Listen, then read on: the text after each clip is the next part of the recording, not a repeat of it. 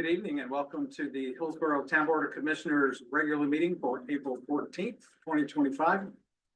The first item in the agenda is the public charge regarding the decorum of the process of the meetings, and I won't read it out loud, but it is in the printed agenda for your information. Sarah, is there anyone signed up to speak? Item's not on the agenda? Nope. Okay, and on to number 3 regarding agenda changes and approval. I know that we have one change to the agenda, and that is to add item 5C1 to discuss the loss of the FEMA BRIC funding. And then item 5C would then become 5C2, and that's the legislative capital request. So, are there any other changes to the agenda? Move to approve as submitted. So moved. Or second. Thank you, Megan. Thank you, Matt. All in favor? Aye. Any opposed? And on to the consent agenda. Number 4. Is there a motion? Motion to approve it. Thank you, Evelyn. Yes, sir. Thank you, Rob. All in favor? Aye. Any opposed? And I'll just point out that item C on the consent agenda is a proclamation recognizing Volunteer Month in Hillsborough, and we have so many volunteers. All of us have here volunteered on numerous things. We know that many of you have volunteered as well. So volunteers are the lifeblood of Hillsborough. So we thank you for all of your work. And on to item number 5 of the regular agenda. The first item A is a resident request consideration of changes to the Code of Ordinances and Utility Standards regarding customer responsibilities for sewer laterals within public rights of way.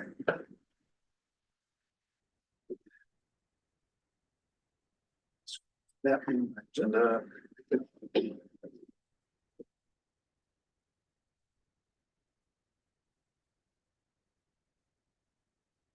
Marie Strandritz, our utilities director, is here. Good evening. Good evening. Everyone's doing well tonight.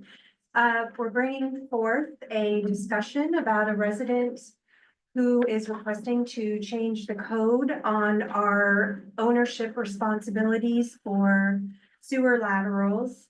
Our longstanding code has been that if there is no sewer clean out at the right of way, which is an access point for accessing the sewer, then a homeowner owns all the way to the main.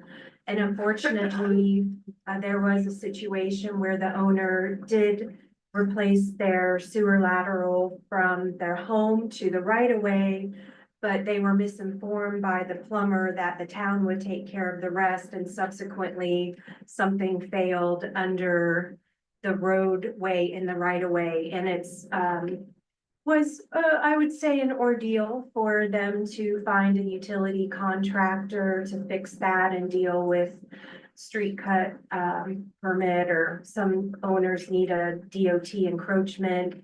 There's not a lot of contractors that will take on that type of job. The resident is here. If you would like to hear from him, he gave a very detailed write-up about his request. And in the abstract, staff also put some comments to respond to that. And our recommendation is, I think we can work with something to make it easier on residents when this situation occurs. But we would like to digest everything and come back with something that's more meaningful, that covers some of the caveats we've run into in the past. So we're requesting to come back to you perhaps in June with a code change recommendation, but we are interested in your thoughts and feedback if you would like to proceed that way. And if you would like to hear from the resident who's here with his lovely wife. Thank you, Marie. Maybe we'll hear from the resident as well, and then I'm sure we're going to have questions for you. That would be and great. questions for the resident. Dozier. Come on up.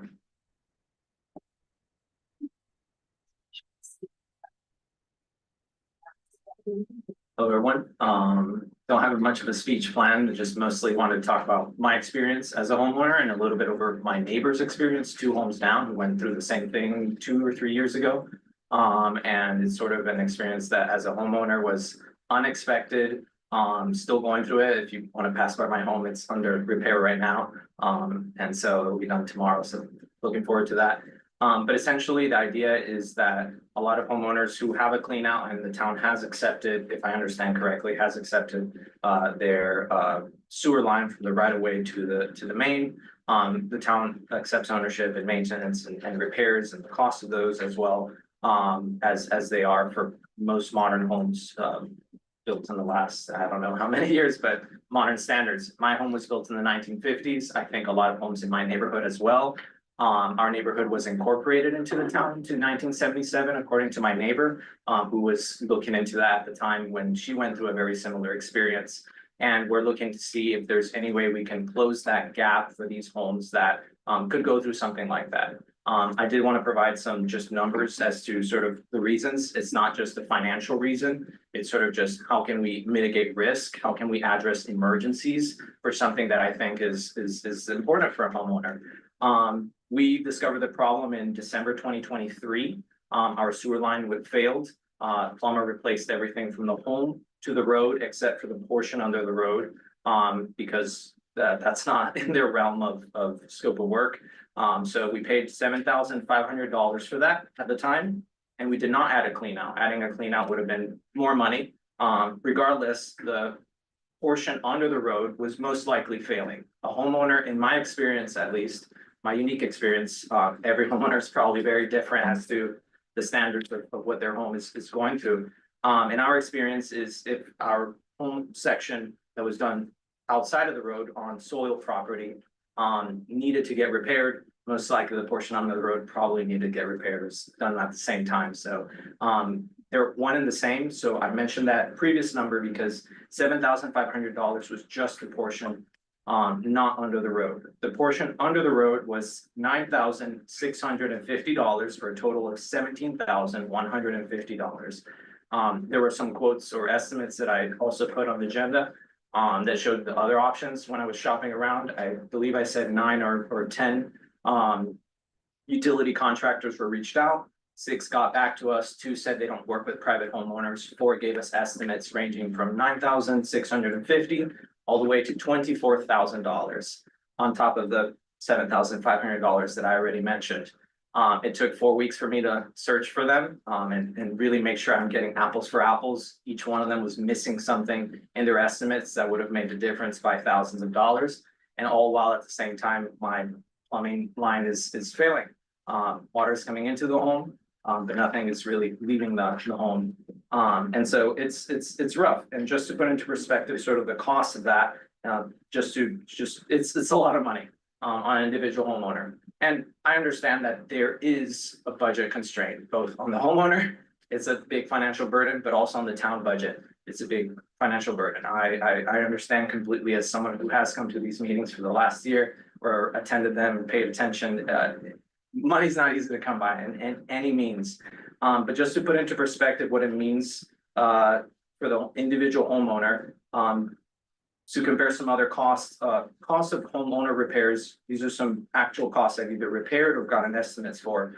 I've lifted my foundation of my home, $12,000, a new HVAC system, $10,000, redo an electrical box and upgrade a house amperage system, $8,000 to $10,000, a new roof, $7,000, new shed, 5 to 10, give or take, or adding a room and closing up a porch, $4,000 to $8,000. I just want to put those numbers into perspective. These are probably some of the biggest projects a homeowner could expect to have. And the plumbing, the sewer line, the portion under the road far exceeds that in any case, all while being a water and sewer customer. The turnaround time for me was 3 to 4 weeks. I've been dealing with it realistically since January. It took February to get the plumber, late February, March, meet with the town, and then 3 to 4 weeks for me to shop around, all while things were getting worse. Finally, it got repaired, and quite honestly, the utility contractor I chose was able to start working on the home within a week or 4 or 5 days after letting them know that, yeah, we're moving forward with your estimate, while other utility contractors gave me an estimated time of repair for 4 to 5 weeks. So again, I would still be here in May dealing with this for something that's considered an emergency and an essential service for a home. It's also just to note, $200 and $300 to unblock the sewer line every single time just to keep it going. In the meantime, I did it 3 times and our plumber was gracious enough to do it for free. So just really grateful to them. I do want to also point out that it's just a rough situation for the individual homeowner. And I want you guys to really consider sort of what are the homes that fall into these not supported by the clean out. Had I added a clean out and maybe been educated on that, and that was my fault, I most likely might have not even been accepted. My line was failing already. I inherited a home or moved into a home that already had a failing line. And there's a lot of residents that I think, even if given the option, don't have the finances to move forward with essentially an emergency repair. So I think one of the questions I ask is, what happens if I couldn't have afforded emergency repairs?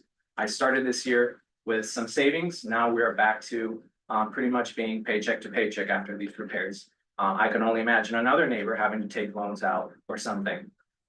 We also had a utility insurance coverage, which is not standard, but it is added on top of our standard insurance. We decided to do that when we moved into the home. And the utility insurance coverage said it's not covered under utility insurance, because anything that's public property is not covered. And they specifically said, and sorry for being long, I just wanted to give us additional details. The policy from which you are seeking coverage does not provide coverage for public roadways or areas of which are not part of your resident premises. And so essentially the town is saying, you own this, you're responsible for maintaining it. Utility insurance is saying, you might own it, but you're not really responsible for it financially. And at the end of the day, I am, and that's a very tough position to be in, where I have no recourse beyond just either going into debt, using all my savings, or not repairing it, which I don't want to think about that option. And so I guess moving forward is just really looking into ways to change this, to sort of close that gap, to sort of help these homeowners that do end up in these situations. I don't know how often it happens. I'm sure looking into that would not be an easy ordeal as well. Maybe some recommendations would be to review maybe the Hillsborough Heights area, my neighborhood, or Fairview as well. Since these areas were added a little bit later or supported a little bit later. Again, I speak on behalf of the Hillsborough Heights area, just because that was the experience of my neighbor and myself, who went through the same experience, same utility contract in the end, which we're grateful for. And so really is just the current ordinance impacts middle to low income homeowners. I think a lot of the historical area it's been, I think by now, hopefully, been brought up to standards, especially those homes from the 1700s. I'm sure there's still gaps in those areas, and I would like to see those homes also covered. A lot of the modern homes that are getting built don't have to go through this. And so there's really this small gap of homes that I think we could phase out eventually and just make them feel supported in the rare case that this happens and not have to go through this ordeal. And so I hope a change to the ordinance is made in some way to provide relief to the communities that could be impacted the most by it. And so really that's it. I'll take any questions. If not, thank you all for your time. Thank you very much for your report and for your petition and all the information that you provided. We usually don't get this level of detail. And so it's very welcome. We appreciate that level of effort, and we also understand and appreciate the trial and tribulation that you've been through in that regard. I know at least one person who's had a similar problem in town, and yes, it was an ordeal for sure. What I'd like to do is just go around the table real quick to see if there are any questions for clarifications for you first. Rob, can we start with you? Do you have any questions? I don't have any questions. I appreciate again the information you put together, and I'm sorry you had to deal with this on your level. I am certainly supportive of finding some ways that we can support the homeless with this. Thank you for bringing it to our attention.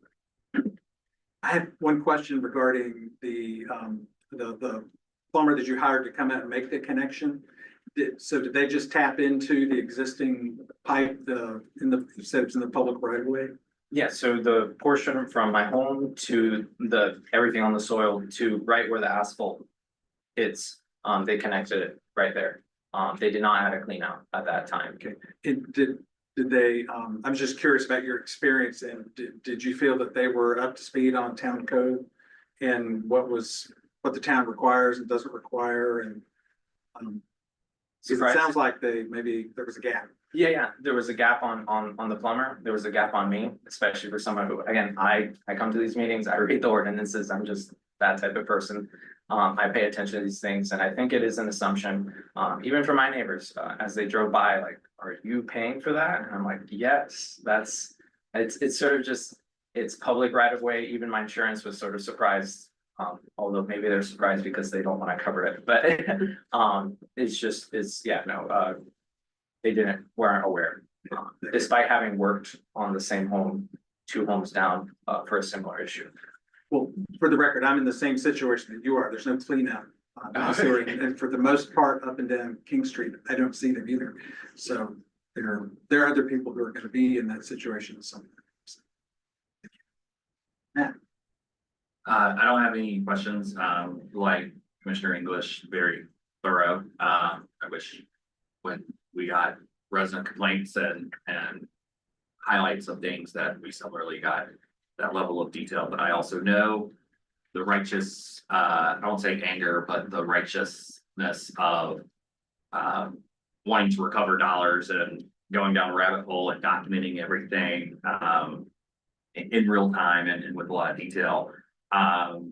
Similar, I feel like there is definitely a policy gap between what we say is our responsibility to the water and sewer system, particularly on which side of the meter something is on. And I think, you know, if I had been in a similar position, I definitely would have assumed that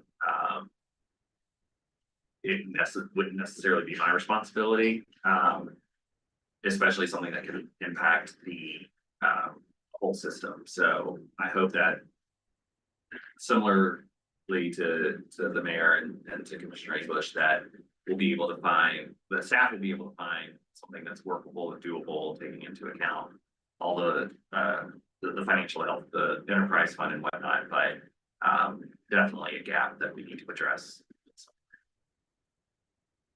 Thank you for all the detail and everything, and I'm sorry that we've had to go through all this also.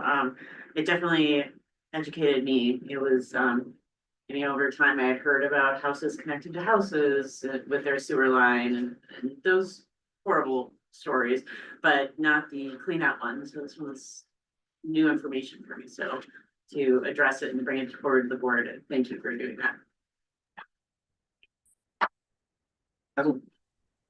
I would expect you should say that there are quite a few people who don't have the clean out, and after you think, I know what it is, they have one. But I expect people don't think about it till it happens. Something happens and then they see and don't know, you know, what it is, and the first thing you would do would be to call the town and ask them. And I don't know, how about the houses across the road from you? My neighborhood is interesting, at least for what I've heard from my neighbors, is the house in front of me, I think has septic, and I recall.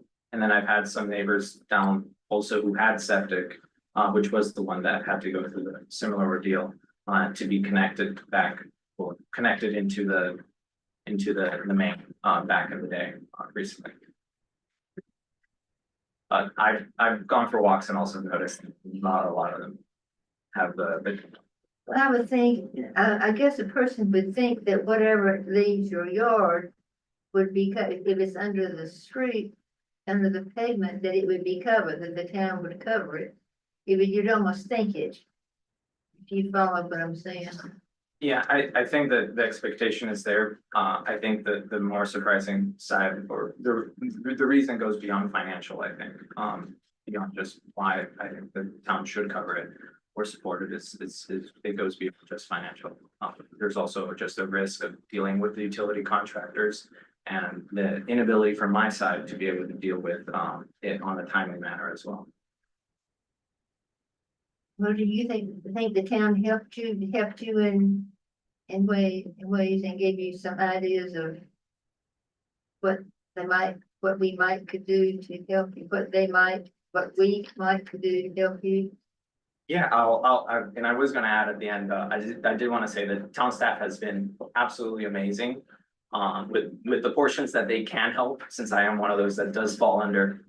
They can't help me with fixing the issue, but they can help with sort of guiding me through the, like, here's what needs to get done. Here's what I would look out to make sure you're not getting absolutely scammed by certain contractors. And just being able to, ask the right questions, educating me on what the specifications of the town are. And they were fantastic all throughout and very patient with me, especially as I called multiple times throughout the day, asking them if they could speak to so-and-so utility contractors because they have questions and all that. And so town staff has been amazing every step of the way.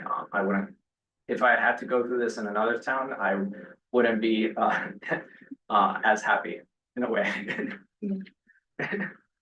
Well, I hope something can be worked out for you. I don't know. Until we see what staff can do. I guess in my situation, we're done with the repairs as of tomorrow. I hope there's some changes that impact the future residents or other residents that may be impacted. Well, I sympathize with you. That's a lot of money you're not expecting to spend. I imagine a lot of people don't think about it, as I said, until it happens, until they see it. I'm very sorry, and I hope there's something that it's unfortunate that grants are so hard to get. We're going through a period of not being able to get grants, and it's unfortunate that there's not grants for things like that. Unfortunately, our grants are a lot. Any grant would help, any amount of money would help. But I'll see what the staff might do. And do what you can do, and you just, I hope for the best for you. And I'll do what I can to help you. Thank you. I don't know anything about, I know how I can read this and follow it, but I mean, I don't know what, I couldn't do anything individually, so I wouldn't know how to dig under the road. Change your But way. I wish you well. Thank you. Real quick, so did your insurance cover the house to the right of way? That's something we're in the works right now, Okay. to see if retroactively that can be reimbursed. Ideally, we were trying to avoid putting in a claim, unless there was let's say a hurricane on my roof. That first claim is not as bad on my monthly rate. The second claim is pretty bad, but given the fact that we did have to move forward with replacing it onto the road, we're trying to get money from elsewhere to hopefully help out with our finances. So I think that I can't really argue that that's not your property. Yeah, the insurance was more willing to look into the claims from the home to not under the road, so anything on soil. There were even on the right of way portion, as long as it falls within the scope of just that overall project, they're still looking into it. They're open to it. Thank you. And we have Commissioner Kathleen Ferguson remote this evening. Kathleen, do you have any questions? I do. First of all, I wish I were there. My apologies, Dad. For those who are not aware, my dad just went into hospice, and right now I am primary caregiver. So I wish I were there. First of all, I empathize. I am in Hillsborough Heights, and many of those houses have, they were septic until they went on to public water and sewer. And I have dealt with what you've dealt with before. It is not pleasant. I ran into several things, and in fact, while I'm having plumbing and some other work done on my house, have talked to several plumbers, and not one of them are aware that it is homeowner coverage past the meter. So it's something that I would like us to find a way to support, if it's in the public right of way. I would like to find us a way for us to cover, because it doesn't make sense to me if it's in the public right away, and definitely under street.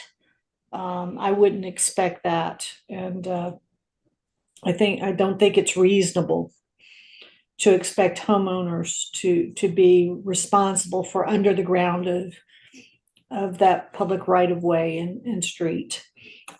Which house are you in Hillsborough Heights? Forgive me. 511 Forest Street. Okay, yeah. So I'm on Central, so I know where you are. Yeah, right behind. Yep. Yes, unfortunately, my dog has visited that neighborhood. I might have seen them during the walks, but yeah, the neighborhood is definitely one that, it's it varies on the clean outs and definitely heard stories from neighbors who are still in septic or just transitioned from septic to sewer main.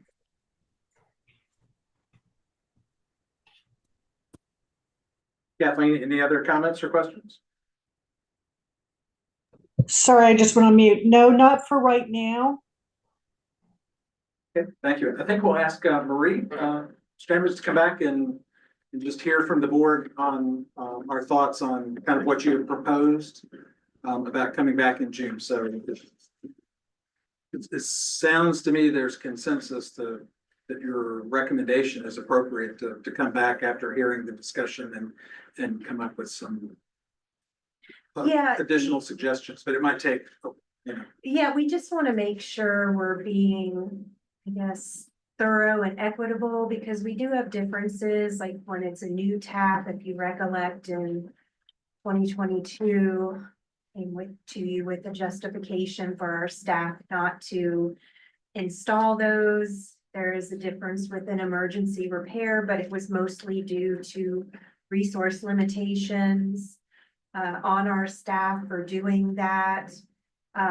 There's also a mixed bag across the state and the nation on ownership versus maintenance of laterals. Do we want to own them? Do we just want to maintain them in the right of way? Should it just be under the road? There's just a lot of questions. We want to make sure that we bring back something that is fair. There's also, you can look at equity both ways. Something that was rightly mentioned is that our standards now are to make sure that there is a clean out at the right of way for new construction. So yes, those homeowners never have to deal with that situation. On the flip side, if the town is doing emergency repairs on broken sewer laterals, especially with no type of cost recovery, which will be a decision that you all have to talk about. Then that's going back into the rates for all the customers. So you can look at it both ways.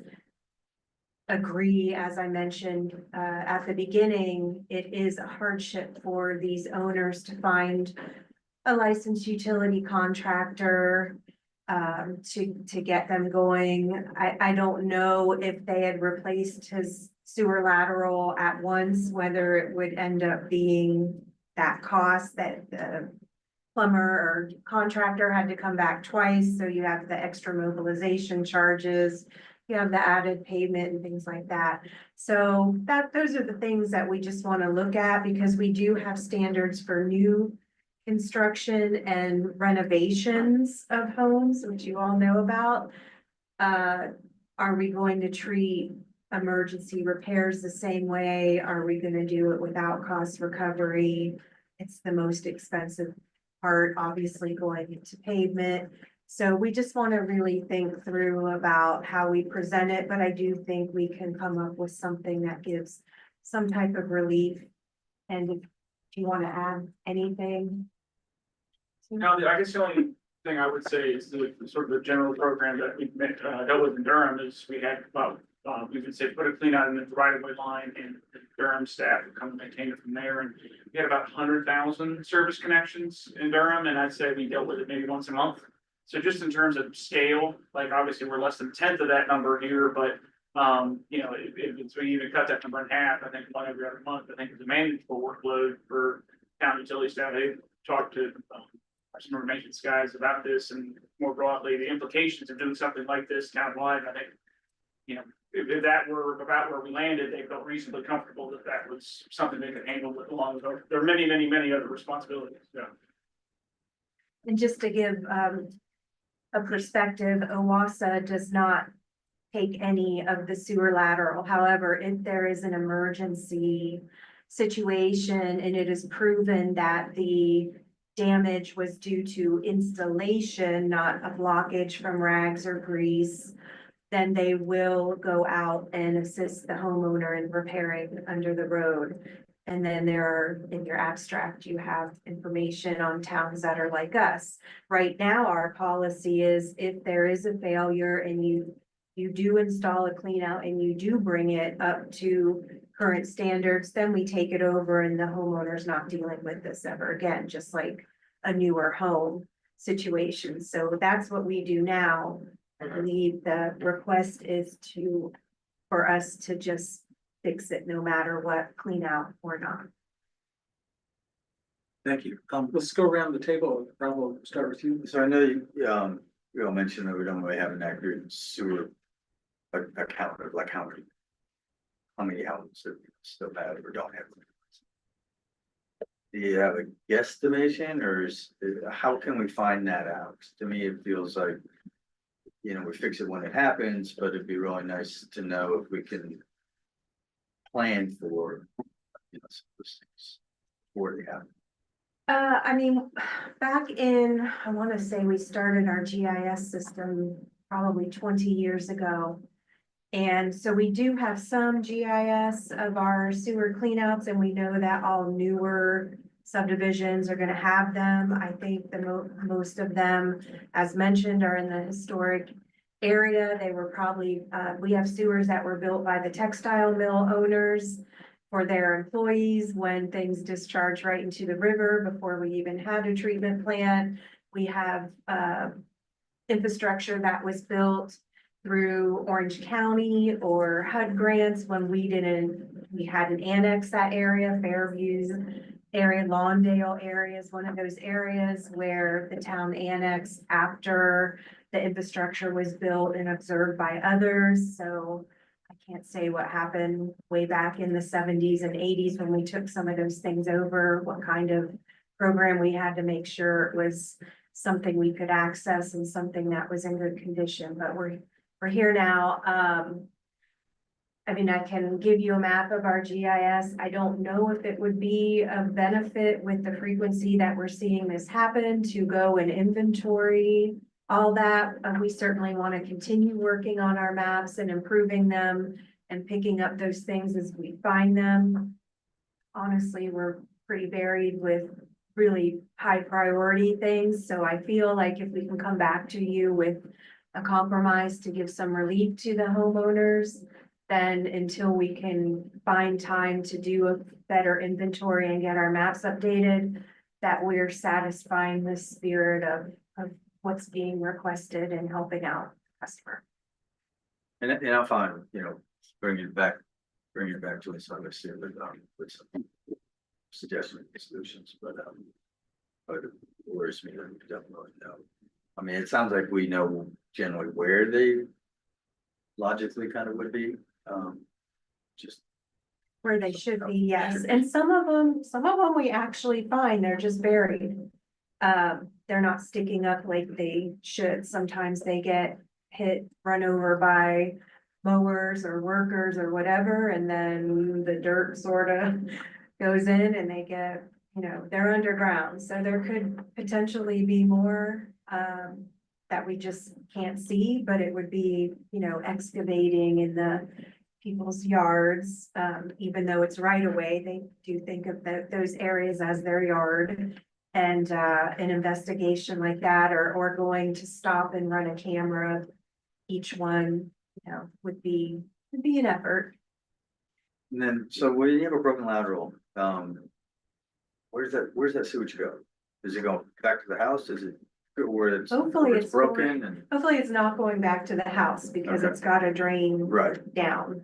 There are instances where we've talked about sewer bellies before, they've got them in laterals as well as our mains in some areas. So it can just sit there, and if it gets clogged and backed up, then it can push back into the home uphill. But if it's just a break, or a collapse, and it's not a full collapse, then it's gonna come out on the ground. Some of it might still get to the main, but it will eventually impede the homeowner's use of their system. Yeah, Rob, I think, yeah, so I agree with the kind of the approach that you've described. I want to note two things. One is, we'll talk about this later, about the impact of BRIC funding and all these larger mega projects that are gonna have potentially have a phenomenal impact to our staffing capacity and our financial capacity if we want our sewer. So my recommendation would be that if you need more than June, we understand what's going on. So I don't think anybody would object to that. And the other kind of comment I would like to make is to our town attorney, which is kind of the legal definition of what is town owned versus homeowner owned, because it sounds like there's a mismatch with insurance companies. And if there's an opportunity in this review to make clarifications on that from a legal perspective, that might benefit the homeowners and take out some of the ambiguity there. So just throw that out there. Thank you. That's it. Matt? I've just got a few questions, one of which it dawned on me in talking about cleanouts. Is there like a recommended schedule or cycle that a homeowner, if they had a clean out, should clean out their clean out? Well, just like any other home maintenance, like getting your roof checked or your HVAC, I wouldn't say you need to do it annually. I think all owners should be aware that there are things they should not be putting down their system if they properly maintain, you know, their sewer system. Don't put grease, don't put rags, don't put trash, hygiene products, toys, softballs, then, you know, you're gonna get longevity.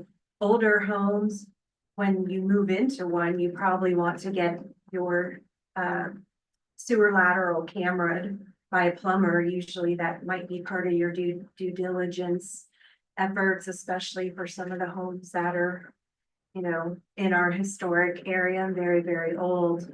Routinely though, if you feel like you're a good maintainer of your sewer system, then you probably wouldn't want to do it, but maybe once every 5 years. If you notice drainage being slower, then you probably want to check it out more often.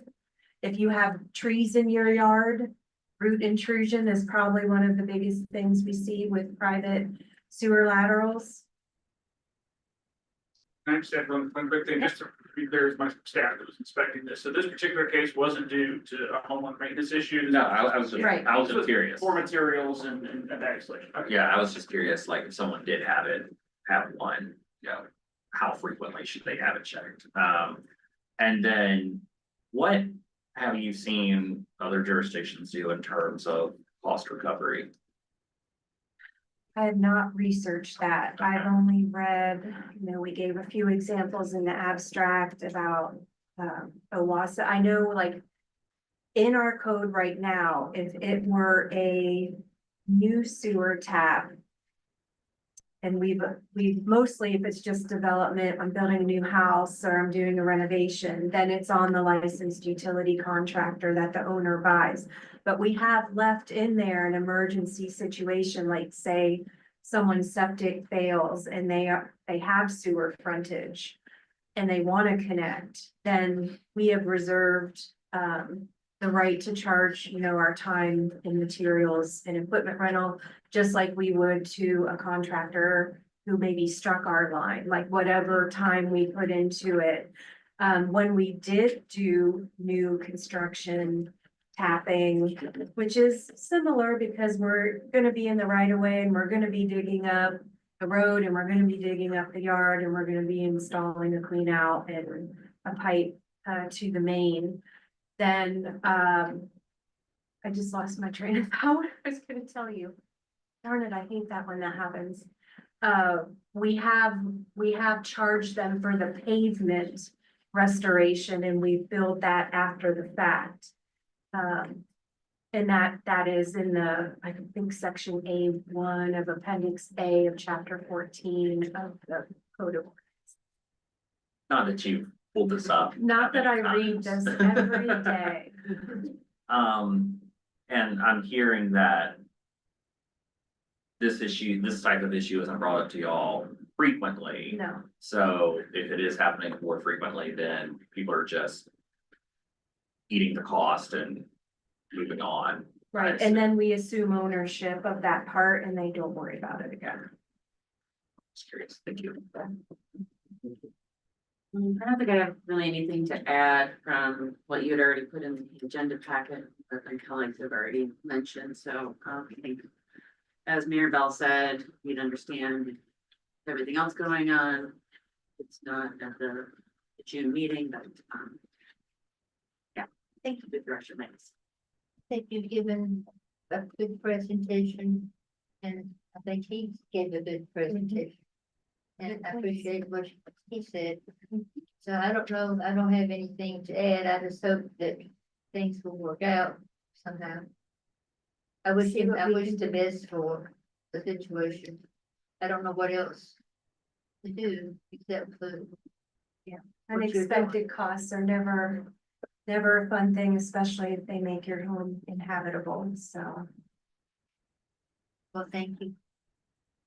Actually, it was one thing. I was just wondering about to remind me of the name of the program where we gave out the little grease traps and like this, Oh, we've our done like some, fats, oil and grease, our Yeah. fat trappers is what they're called, the little plastic Yeah. things. Troy is still doing very well on that, reaching out to lots of customers. do we have that on like a continuous social media campaign or anything like that, like every quarter, every?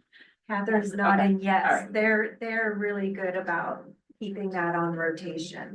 That's just my Bill question. inserts, website, and then Troy visits a lot of people and gives presentations to homeowner associations and things like that. And Kathleen, do you have any questions or comments for Marie? No, I would say that I appreciated what she had said and what he said. I understand his situation. And we'll do, the town do what we can do, and that's. She seems to be right on it. We have an attorney sitting over there. I don't know whether she has any suggestions. I'm gonna relay this, to Bob and get back to you about your specific questions. Thank you. Kathleen? I don't have any questions. You know, the approach moving forward makes sense to me, and look forward to hearing back when, when it is appropriate, and certainly support given what is coming down the pipe, what has and what is continues to come down the pipe from the feds. Want to make sure that staff do have ample time to come back with us with something reasonable. Thank you. Do you have what you need, Marie? I do. We'll see you soon over it. Thank you very much. Thank you. Okay, and moving on to item B, Unified Development Ordinance Text Amendment, Section 9.1.52, permissible encroachment into required setbacks. This is a resident initiated request, and Tom King gonna give us an introduction. Good evening. Sorry, just couldn't be on the consent agenda, but sometimes accidents happen. Just to go back over, many of you may recall from the March 20th joint public hearing. We discussed the fact that the town currently doesn't really have a clear way of dealing with pools, swimming pools and setbacks, hot tubs, things like that. We've been using a combination of two definitions and some historical interpretations made from that, which generally doesn't yield a very consistent outcome. So the recommendation or the proposed amendment was to add language to UDO section 9.1.5.2, permissible encroachment into required setbacks. That's where we list the things that these things can encroach into setbacks, or if they can, this is how much. For example, we talk about 1 and 2 family driveways, being permitted in a setback. Most of what we deal with are accessory structures. They can be closer to a setback if they're less than a certain height than the principal structure, which would be the house. So the proposal was to add language that says outdoor residential in and above ground swimming pools, hot tubs, and spas, including all decking and appurtenant equipment may be located inside or rear yards, not adjacent to a street, and no closer than 5 feet between property lines. So that means anything, a swimming pool or a hot tub would have to meet, if it's a corner lot, would have to meet a street setback for the principal structure. But it could be as 5 feet, close as 5 feet to a side or rear property line that is not a street. So just visualize that corner lot, you have a house, pool has to meet the street setback, but it can be closer to the side and rear property lines. So this went to joint public hearing on March 20th. The planning board didn't really have much discussion over the language. There was some discussion about general pool safety and fencing. So they recommended unanimously to approve the language. The following morning, the applicant contacted me and pointed out that the language about the appurtenant equipment also having to meet a setback, the 5 foot setback doesn't really cure his particular situation. So I've proposed that we remove and appurtenant equipment and just say that all pools, hot tubs, and spas, including their decking and patios, is subject to this new setback requirement. I discussed it with the town attorney a week or so ago, before the agenda went out, and he did not believe that this would be something that needed to go back to the planning board. It was a small enough change, wasn't discussed. He also mentioned anecdotally that he has a pool, and he's not aware that the pump equipment or anything like that actually makes any noise. It is interesting that we currently allow residential mechanical equipment like generators and HVAC units. They can be within setbacks. There are no setbacks for it. So it seems kind of counterintuitive that you would make pool equipment meet a setback when you don't make an HVAC or a generator meet a setback. So that's generally the gist of why this is not on consent and needs to be an item for decision. Thank you, Tom. You're welcome. Rob, do you have any questions for Tom? So we're talking about pool equipment, you're talking about the pool pump and the filter? Yes, sir. Okay. They do make noise. Okay. When they're operating. Okay. Unless they're turned off. But if we have the same language for the HVAC units and generators and stuff, they don't generally make that much.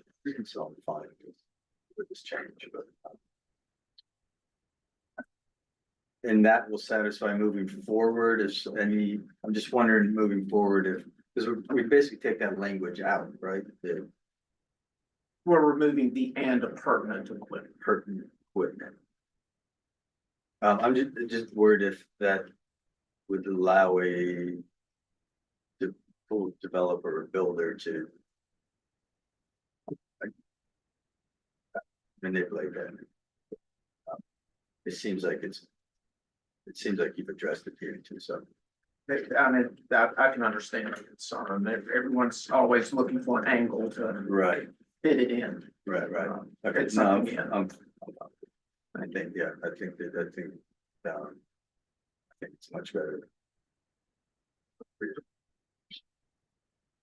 Thank you, Rob. I think what you proposed makes sense, and the last additional change also makes sense, so I don't have. Just since I missed the joint meeting, is the stat, sorry, not to. Had something caught in my throat. Is the proposal by staff with the strike through on the pertinent equipment. Was that after the joint meeting that change was made? Yes, And Bob said that's okay. yes. Okay, that was my only question. I think I had my answer, or the answer to my question with Commissioner English's question. So, I'm okay with that. That's it. Evelyn, do you have any questions? No, I'm okay with it. Thank you. Kathleen, do you have any questions for Tom? Not at this time. It was pretty straightforward to me. Thank you. Does anyone have any questions for the applicants? Michael, here. Do you want to speak to anything? I think we're all pretty well versed in the issue. Yeah, no, I've spoken to some folks individually, everybody's pretty aware of the issue. Thank you. I move adoption of the ordinance as presented. Thank you, Matt. My second. Thank you, Rob. Is there any more discussion? All in favor? Aye. Any opposed? Thank you very much. Good night. Okay, moving on to item C, capital priority requests to federal and state representatives. Even if we've been rushed, I've usually had an opportunity to go through it one time, but this is hot off the presses. And as I walk through this presentation, I invite the staff to interrupt me, chime in, clarify, correct, and add. Last week FEMA announced they were ending the BRIC program, which is building resilient infrastructure in communities. Oh my God, I actually got that right. So anyway, there's about 450 units in the United States have got BRIC grants. We were fortunate in 2021 to get, we got 2 awards and for 2 major projects. So it's been canceled. I'm going to walk through some key information and there you go.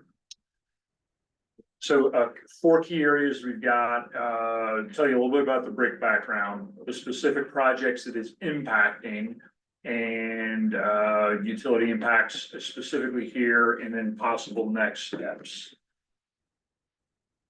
All right, so we're already hit the big one. We're looking to lose over $6 million. Our grant amounts were just under 7 million, and then we had an additional $1 million on top of that through the state, which Marie was our utilities director was able to acquire as an overrun grant. We don't know whether or not that would be affected. Some of the funds that have been allocated already for basically design, planning, those are already obligated. So we're looking at losing over $6 million in funds. To add some context, because that doesn't mean a whole lot, I did some quick calculations. The city of Raleigh's water and sewer system serves over 650,000 people. Ours serves 18,000. When you divide it out, I can't remember, it's 32 or 36 times that amount. This would be the equivalent of Raleigh losing $216 million in grants. So when we're communicating the impact on this and requesting assistance, that adds some context to this. If Raleigh lost 216 million, a lot of people be lining up to help them because it's a relatively small amount. It's a huge amount for us, has a lot of impacts. We just found out about this last week.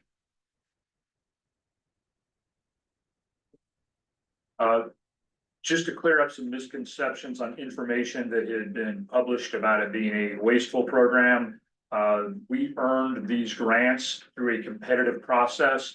There'll be another slide. We won't go into detail showing like we worked for a couple of years to be able to get these. It addresses programs that are major public safety as well as economic development issues, but the BRIC really focuses on removing infrastructure or adding infrastructure. Basically getting things out of the floodplain is a major one. If you've been reading about the losses, like Louisiana has major flood programs that were being funded from BRIC. Overall, the BRIC program has a 6-to-1 payback, so it's an excellent return on investment nationally. So it tells you some of the highlights there. The program actually started in 2018. All right, move on. Just some details on how many programs have been awarded projects, total amounts. Here, oh, also major thank you to Matt Eford when I was panicking, which is sort of like most of the time on Friday. He goes, hey, let me get started on this framework. So he built the framework for the PowerPoint, and it's been a team effort from all of us pitching in to fill us in. So North Carolina, 224 awards, 75. Totaling like totaling 224 million, and you can see the impact statewide. Eric, can I just point something out? Sure, please On do. this in the previous slide. Everywhere you see obligated as a number, those funds are generally thought of as safe. They've been drawn down or they've been committed to a project. Everything that's not listed as obligated, all those other numbers are what is impacted by this action. And so, for instance, in North Carolina, the approximately 60 million of obligated funds, those seem to be safe. All those other numbers on the slide, the same on the nationwide slide, those are what has been pulled back. So a fraction of the funds are obligated, the vast majority of them are being pulled back by this action. And the obligated funds we referred to earlier, which is we've already done design and planning and have got those parts done. But the part when we're going to go to bid, you know, the construction cost and the bigger element, those have just been obligated. Marie? That's about what I was gonna say. The way that our grants were structured is that we had a phase one and a phase two. Phase one has been obligated to us, and that was basically preliminary engineering design and through getting us to a bid phase. Phase two is what we're talking about now, which is the meat of actually getting the project done. And two quick questions, Marie, my memory was sort of around June for the emergency water booster pump station that connects us with Owasso. We were gonna be ready for bid around then. We're supposed to get, I believe by the end of this month, if they're still on schedule, some 100% design. What is outstanding is working with that property owner to get either easement or a fee simple acquisition. And permits, which Yeah, that goes to the permits state, too. we don't control that, and that's what makes predicting time hard is. We'll have our stuff in to get it back in June if they follow their own metrics, but. So it does not happen, we'd be going out to bid in the next few months on this project. Well, what about the river pump station? I know that's a little bit further down the road. Yeah, so that one we have, we're about to get 90% design drawings on, and then we should be getting easement plats so that we can start detailed negotiations with property owners. So we should be going into permits, we just got an updated schedule this last week. Should be going in for permits on some of them as early as next month. Others are gonna take a little bit longer, but that one is gonna require federal permitting. And we've heard that office has been completely dismissed, so we don't know how long it's going to take for a permitter to review our case. There's a number of them ahead of us, and there's nobody looking at them right now. So presumably, somebody will fill that position or that function will be performed. But assuming, with that assumption, we would hope that we have permits in hand probably November or December. Okay, all right, thank you. All right, we won't get into the detail. This is basically just show there was a lot of effort to determine who gets these programs, the funding. More of the same. All right, a couple quick pictures that came out of the break application that the team put together to get the funding on the river pump station. The one on the left is actually a Polaroid, I think it's a Polaroid, or they're both Polaroid shots of that we were able to cut and paste, but they were able to digitize it. So I think everybody on the board here has walked the gangplank from the wastewater treatment plant across the Eno River. All that flooding on both sides, 1998, March, is the Eno River out of its banks, and you can see the water goes probably all the way down, past Riverwalk. So anyway, and same thing over there, back in Hurricane Fran, it's really close to the gangplank and overflowing. So we've had problems where this station has been flooded, hence a major reason you want to move this out of such a vulnerable area.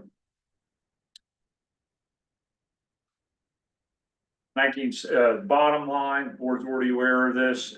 This station was built in the early 70s. It's 50 years old, protecting it from flood damage. Also, it's a major capacity issue from an economic development standpoint, as far as, of course, this basin serves the central and northern part of town, but it is interrelated to our southern basin needs, because if we have to divert all of our funds to address this, if it is taken away, that will potentially put a either one hold on all these other major economic development projects that we have in town for developments that the board has approved or developers have approved the board along that sort of I-40 economic development district, you know, that area down there. So these two are actually interrelated. One of the other aspects, I remember Marie and wastewater treatment plant superintendent Jeff Mahagan talking within the past year is the walls on those 50-year-old pumps are thinning.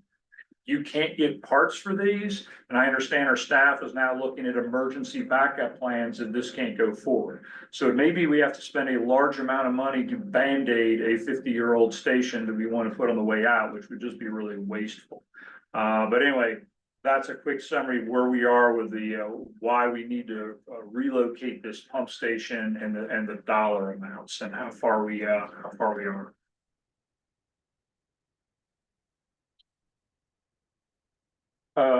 Bottom line, without the relocation, we're gonna have very limited capacity. And one of the things that I don't want to have to say, but I need to say, it's happened so quickly, we hope we don't get there. But if this disappears, it pushes us closer in a situation we may be facing a development moratorium at a small amount or a larger amount. We hope that's not the case. It could also have a major impact on rates. You know, we lose and I forgot I had done the calculations on debt service. If we have to basically borrow money, I mean, I'm doing this from memory and working on a spreadsheet last week. If we had to borrow basically the amount of money that we would lose, that would probably be close to $600,000 a year of debt service that we would have to add on. And maybe I sent that to the board in an email. So it's probably somewhere between 8 and 11% rate increase equivalent impact if we had to absorb all of that. Of course, we already have high rates.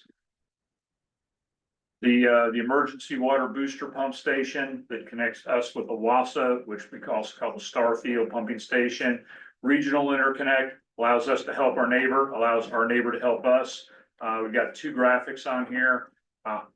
We've got a connection with Durham. It's important to have two, especially of concern. I think folks can remember our neighbors to the south that experienced two major emergencies with their water system that required impacts on their hospital, shut down the business community. We don't want that to happen here, because as you can see, we have the UNC hospital insignia up there in the upper corner. That pumping station goes down there, serves the economic development district. It's not the main feed for those, but if there is a crisis, there's a good chance that will be our way to get the most water we can get quickly. And the last thing you want to have to do is evacuate a hospital, as well as impact on business in the business community. So I think this particular project, the cost benefit analysis was over 9 to 1 or 9.8 to 1 is a huge benefit on that. That's the costs involved. More on the just nearby locations, trying to orient everybody. The purple where it says EDD on the bottom, that's the RTLP location, but everything in purple has been identified as economic development district, including the Waterstone development, the hospital, other areas, like we don't have Waterstone South up there.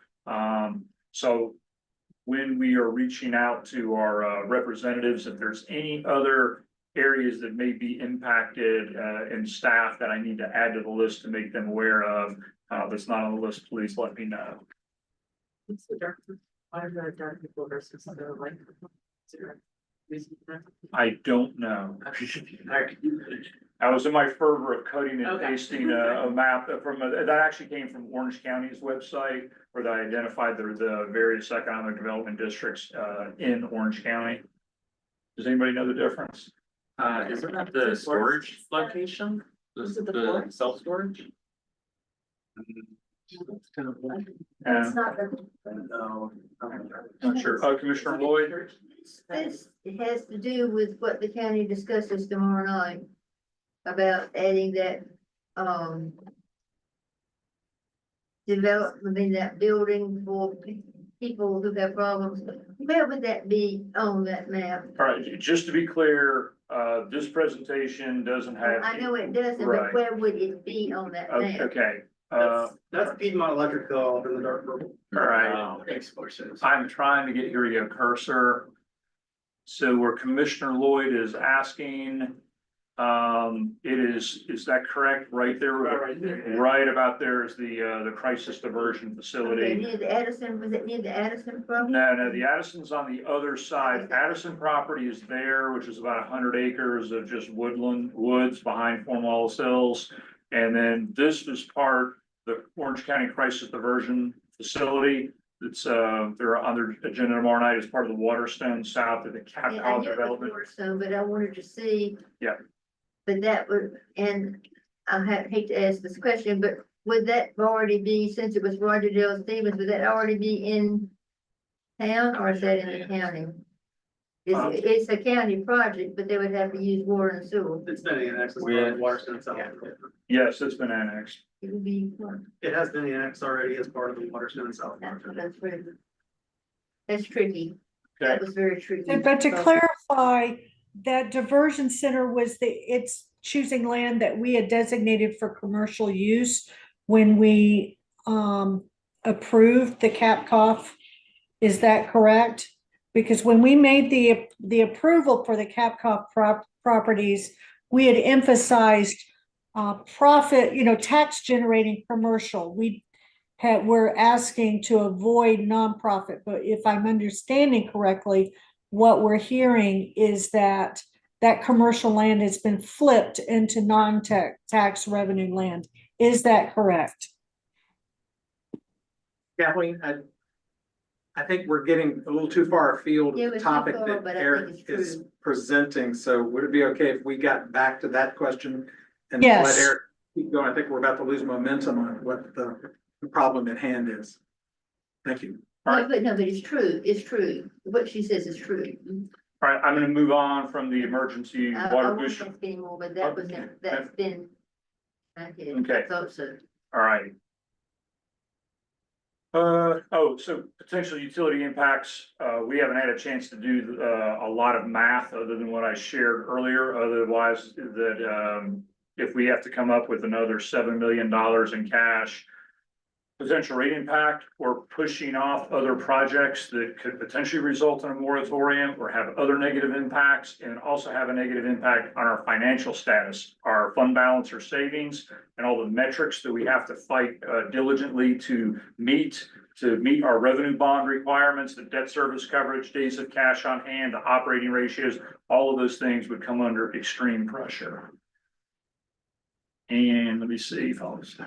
Oh, and then the next slide is just basically showing, I know you don't need to see all the details because the board has seen it before. We have a lot of capital improvement programs for water and sewer impact throughout town, and this could have an impact on some or all of them, either pushing them back or again, just making it far more expensive to fund. And we can send you a copy of this, just trying to show the timeline for all of these projects. This is the current budget for, like, this is the current fund. Yeah, this is the current, and I can't remember if I mentioned this in the first email where I alerted the board last week. If indeed this happens and doesn't change, asking us to completely redo a budget, which we're about 2 weeks from completing the draft, is, would put us in a total crisis. We could come up with all sorts of what if scenarios, and then it could keep changing. So there's a good possibility that whatever we've got now is our placeholder. We would just have to move forward, and it may be that we just, even though the board would approve a budget, it may be that we hit the pause button on a lot of our large spending until we can completely reevaluate the situation and see where we're at. And part of a lot of the slides are the presentation that you've seen so far this evening, would also likely be an attachment that we'd send to our representatives, our elected representatives in federal and Congress, Senate, and North Carolina. As already mentioned last week, staff has been in active discussions with the North Carolina Department of Public Safety, who's the one who receives these funds. They manage the funds. IFC is the consultant that helped us get these brick grants. They've had inside information from what's going on with inside of FEMA and providing this advice.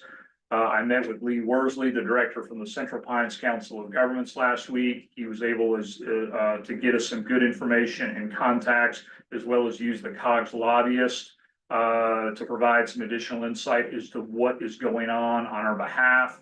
I know that the League of Municipalities has also put us in contact and had direct discussions with representatives from Senator Tillis' general counsel, and we're working on a response and sharing information with Senators Tillis, Bud, Representative Boucher, Senator Meyer, and Representative Price, so we can all make them aware in detail, which they probably already are, and explain our situations. I know Mayor Bell has been in contact with everybody who's on the fifth bullet up there as well. So potential next steps, I just covered sharing this information. The staff and I plan on working tomorrow morning and preparing information to go out. My intent is to have basically, I don't want to call it when we send the email out, not a letter, but almost a paragraph, because I think everybody's aware of it, just hitting the highlights and directing them to a one-page summary. Our goal is to do everything to get on one page, the primary impacts on Hillsborough, and then another attachment would be this PowerPoint that summarizes it. And if there's any other information we need to attach, but we want to be able to have a quick snapshot of the impact that we're going to be working on to get that out within the next day or 2 days. This has been a blur for the last 6 days. I'm sure I am missing something. And so we want to ask the board and the staff, are there other next steps? And the last statement I've got is staff does not usually engage with the elected officials. We may engage with staff from other places. So this is sort of sometimes getting outside of our normal sphere, and in an area that the board, you've got these relationships with our representatives. So anyway, I just throw that out for suggestions, comments, and poking holes and things we may have missed. Sorry, that was a lot to digest. That's an understatement. That is a lot and out of the blue, really, in terms of the timeline. So thank you. And thanks to staff, everybody who's kind of chipped in and helped understand and analyze the situation. The financial ramifications are huge. The process of our budget, which is, we're going to hear that message in about 2 weeks, right? What our budget's going to look like in 4 weeks. So the timing of this is also awful, terrible. So I'd like to go around the table again and ask for any questions or clarifications. Then we'll kind of try and coalesce what our questions are to help you craft your communication starting tomorrow. And then we can, I guess, decide on how to, let's talk about who all's going to receive that communication. And then the one thing that we haven't discussed is from like a legal perspective. Is any of that what is going on even legal or constitutional? Is there any chance of this money being reinstated? Regardless if that's true or not, we still have to plan as if it's not. So, Rob. I don't really have any questions. I really appreciate you and all the staff jumping on this as quickly as they have and really kind of giving us what I feel is a path forward. I'm hopeful that, hopefully that we will benefit from something in the future, but thank you for everything we've done at this point. So, Thank you, Rob. Eric, I had maybe a couple of questions. I'm sure some others will bubble up, but one is, how much more time do you think that you and staff will need to be able to understand kind of the logistical impact to our schedule for completing these projects? And I know that's like maybe an impossible to answer kind of question at this moment, but I am worrying about the impact on our ability to execute on those things and what that means for development, moratorium and projects that we've committed to and, you know, do you need a month to figure that out or is it gonna take longer than that or? So I'll do my best to take a stab at answering that question, and mine's more from when would the staff have enough information to help the board make a well-informed decision, a budgetary decision? Because all of these things cost money. And the short answer is like, there's no way for us to know. If it takes, if we continue to be in limbo, we don't know what the likelihood is of getting replacement funding, whether that's, hey, you might apply for another grant but you won't know for a year. So the short answer is it could be, I think at the least a few months, it could be well over a year. I could easily see a situation if we continue to be in limbo, it's going to completely turn our CIP, capital improvement program and budget upside down, and we will have to redesign it.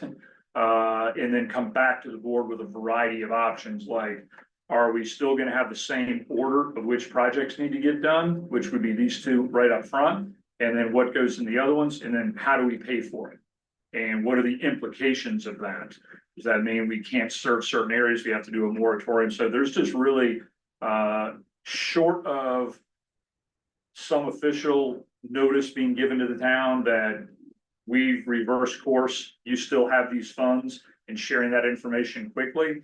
Again, we're looking at several months to a year or two impact to figure out what our new direction is going to be. So it's very complicated. And also one other factor that's getting will be involved in this is our financial engineering and rate consultants, Raftalis, are currently working on options for different rate models, the minimum rate versus the volumetric and base charge rate. So that is another factor we're going to be looking at anyway, but you throw that in the mix with your, you know, with what we just talked about, it makes it hard to put a target on when that might be solved. I apologize for that not being a succinct answer. No, that was good information. And my last question for now is, it's not so much a question, but a statement. I guess I worry that kind of the chaos that the recension of the BRIC grants creates for Hillsborough is that it just seems that it could have negative impact on our bond ratings. Given that we might have to borrow more money, or maybe we don't have enough leverage or room left in our capacity to borrow. Anyway, I'm just afraid it's gonna hurt our bond ratings because it's gonna put us in such a tough situation. Is there on base or off base? Well, and it's happened so quickly. How often I know we get from Davenport Financial, the Moody's updates, does this come out quarterly or monthly when they do the overall financial picture and impact on the public markets? I think they're doing it monthly. We got one a week or so ago from Davenport. So, But sorry, just to add, like, they are also reacting to all the uncertainty in the market, and so they're on a more rapid schedule right now because things are changing a lot and they're trying to get information out to their clients. So to answer the mayor's question, like, it'll probably be at least a few weeks before we get the most recent update that talks about, you know, broad impact. We're not going to be the only ones because there's, you know, clearly like 450 other units in the United States. They're not all, local governments, but like we are the utility system.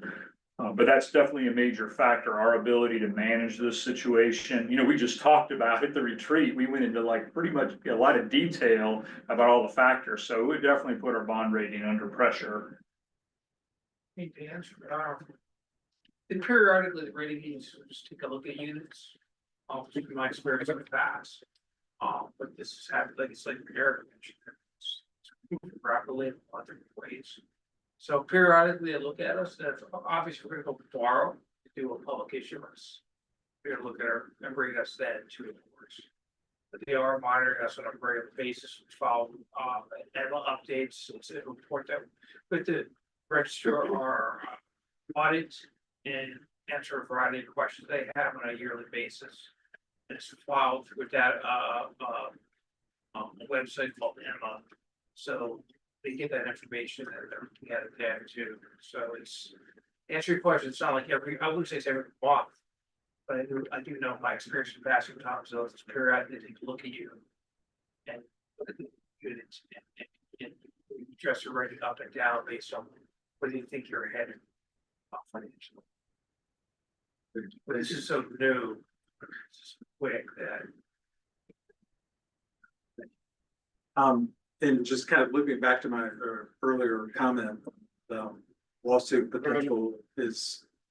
What kind of timeline might there be for us to understand? Is this something that can be litigated, or maybe it's being litigated by somebody else either in North Carolina through the league, or, you know, is there? When might we know if that's an appropriate avenue to pursue? Yeah, I mean, we'll certainly keep an eye out for that. I mean, I was just looking through the list of all of the cities that have received similar monies that are affected by this. And it's a huge number of cities in North Carolina. So it makes me wonder if, you know, another thought for you all might be reaching out to the Attorney General's office. Because it seems like that might be a suit similar to other suits we've seen brought by Attorney Generals on behalf of things that have, like health things, this is kind of health also, but that might be another avenue. And certainly I can't imagine that the league and or Mitchell mayors, some of these are the bigger cities, aren't trying to talk about some way to address this. Thank you. Yeah, North Carolina did sign on to, Attorney General signed on to the earlier FEMA litigation, which, you know, the courts upheld it, but the administration's ignoring it. So, thank you, Matt. I don't envy your position because when I saw the press release on Monday, my heart sank and immediately thought about the impact and knowing that for us, it wasn't thousands or hundreds of thousands, but millions we were talking about. And it's also not surprising that we don't have a lot of information, because I think the last few weeks have shown that it's about a press release or a social media post, and then we're left trying to figure out what the blanks are. So I don't really have any questions. Well, I do have one question, but it is baffling. But I do think that we should keep some legal options available, looking to the Attorney General's office. He was successful with the DHHS grants as well, but we don't know the status of that. And if and when we'll see those funds come down, I can't imagine that the attorneys general are not looking at this across the country. Because it does, I mean, it's not just the impact on us in a budgetary way, but if there are other municipalities and counties that similarly would be put into the same financial position, that does have a state impact. Because our own debt rating or bond rating, if I'm not mistaken, Mr. Director, I just all of a sudden forgot your first name. You know, if there are other municipalities that are stressed in this regard, that does indirectly impact us. And it does impact the state and its bond rating as well. So to me, there would be a compelling state reason to intervene on behalf of these jurisdictions, because if these jurisdictions could do it on their own funds, they would have done it on their own funds. There's a reason why you solicit a grant, because you have something critical, but you can't cobble together the funds locally to do it. And frankly, you know, this impacts critical infrastructure. I mean, after 9/11, utilities had to do a lot from a Homeland Security perspective, and we service a level 2 trauma center, not to mention a jail facility or courts, emergency services, et cetera, et cetera. It's not just, you know, keeping this infrastructure safe from a drinking water perspective, but from a, I know the term gets abused a lot, but from a national security perspective, we're in smack dab of North Carolina with a lot of highways. My one question though is, now that I'm off my soapbox, is what did you say the possible rate impact was? Was ballparking it between 8% and 11% overall. So there's a difference between the sewer project is a lot more money. I just sort of, put those together with the water project, so. But overall, Instead of the 7.5% increase, you mean? No, Or in addition to? Or in addition to. yeah, so if the board, if we completely lose all these funds and the board says, we're gonna just go ahead and raise the rates. And we're gonna keep everything moving forward, it would need to be, somewhere in that ballpark for an increase. It would be a lot more on the sewer side, the water would be smaller, because that's about $1 million we're losing, and we'd be losing about 6 million on the other side. I was just trying to come up with a quick number. When I have time, which won't be in the next few days, and if we get to that point, we can come back with specific numbers for the board, what the rate impact would be on each side. But that would be marching forward with the CIP plan as laid out as today, Right. but without turning it upside down and doing it. And yeah, we already planned for increases, yeah. I don't know, I have a ton of questions, but I feel like the team has been working so hard on this and has already asked all of these. I just kind of, I'm just dumbfounded on how to recover when I think about like just the CIP plan, to think that these funds would not get reinstated. What does that actually do? And how, like, if you're ready for bid in June for one of these projects, and we're saying we can't make a decision on it for a few more months now, they're just standing still. And, so I know I have a bunch of questions, but I know that you all are working very hard on trying to figure out what the next steps will be and how to attack this. And, if it's rate increases, is it changing the CIP? Is it, there's so many different ways to handle it. None of them are great, but now thank you all for, taking the time on the weekend and, dealing with this big issue. And as the board knows, one of the things that makes this very challenging is that when the map that had all the CIP projects in town, without having it committed to memory, but we know, say, those are all need to do projects, not nice to have. This would be great and raise like, we have a 90-year-old water tank. We have valves in the historic district and fire hydrants. They're like 100 years old. All of these projects are, 40 to 100-year-old infrastructure that needs to be replaced. And then that's forcing us to push these things out in the back burner. So there's not an easy thing, we can easily push these projects off and it's not a problem. That's Commissioner Lloyd. It's a lot of things, if you had to choose, this is probably not a right question, but if you had to choose, you can't choose one to go after and leave the washer one off. You have to have them both. I know they're different. I know that one's over there and that one's over there, so to speak. But you can't, you have to fight for both of them at the same time. What you almost have to do, but. I guess that's a board call. The board could say that you're not interested in pursuing both of them. We got the grants, I believe, at the same time. So when we go to our US senators, US representatives, state senate representatives, like we're sharing like these are funds that we lost that we earned through a grant process. Again, the equivalent of Raleigh losing over $200 million. Help us replace these funds. It may get to a point down the road, if there is no replacement, then we would have to make difficult decisions about these two projects or all the other ones, because everything is wrapped in together as far as our ability to fund it with our projected resources. When I first got on the board, I walked down that step, was that the steps from the sewer plant, was that to the pumps, was that to the pump station? Those steps then were very wobbly, and they were finding dollar bills. Is that what I'm? Yeah, it's the yeah. The steps that I think you go down, is that the pump station, those metal steps? The spiral staircase. And they were in no shape when I first got on the board, and I thought somebody was gonna fall and kill themselves. but they would go for looking for dollars. I mean, they would take anything they could get. I don't know how they got it, but they would come up with dollars and then watch them and watch them.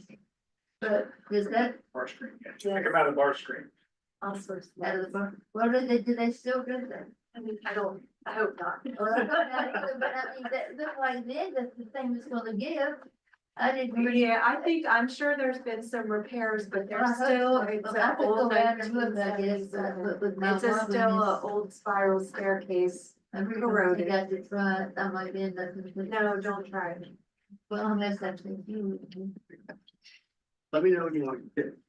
Evelyn, do you have That anything? would begin to spell there. All right, anything else, Commissioner Lloyd? Also, and this isn't off the record, but that development that wants to come on, it's not off the record. The one that wants to come in May about the apartments back of Summit, do we have to listen to them? Maybe like the other item, if we could finish. That's the plan, I'm jumping around, but I mean, that was a plan of the guys, two guys came to see me about a development that was gonna be, and they were gonna send it to the board in May. Do they still have to come? I mean, we don't have any, we can't take care of apartments back at the Summit. If I could make a suggestion, I know there's been several different topics talked about it. It'd be easier if we could talk about, But I never get This, to and then see you, talk. I never get to see you, so you could tell the planner, no, you could tell Stephanie, no, that we don't want to do those. Stephanie's gonna take care of that part. okay? Oh, just a manager, Eford said he had a couple of points he wanted to Two make. things to add to the context that we talked about tonight. So one, if you all recall the development map, that was what we showed you all when we did the water sewer capacity update. Since that time, there's already been several other projects that have come in with interest that were in various phases of discussions.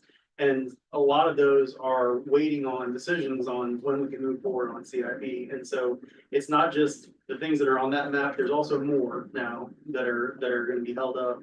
And then second, one of the staff recommendations as we move forward in engagement is this is a place for the development community. They have no problem talking to their lobbyists on a regular basis to our detriment. But if they want to continue to do business in Hillsborough, I'm speaking a little bit, editorial here. This would be an opportunity for them to be helpful. If they want to build their projects, we don't have a path forward right now. And so that's one of the recommendations, that we engage our development community and let them know this is something that has an impact on their projects. Thank you. Hang on, before we come back around, I'd like for Kathleen to ask any questions, then we'll come back. Kathleen? Yes, one of the things, I mean, unfortunately, I'm not surprised at this. But, do we have any other federal funding that we have been granted, applied for, that has not been received or reimbursed? No. Reimbursement thing though, so it's one of the important things that we're waiting on more information on. Right now, we were told initially that phase one, all that money gets pulled down by the state and that we would be eligible for reimbursement through phase one on both projects because the state already effectively has that money in hand.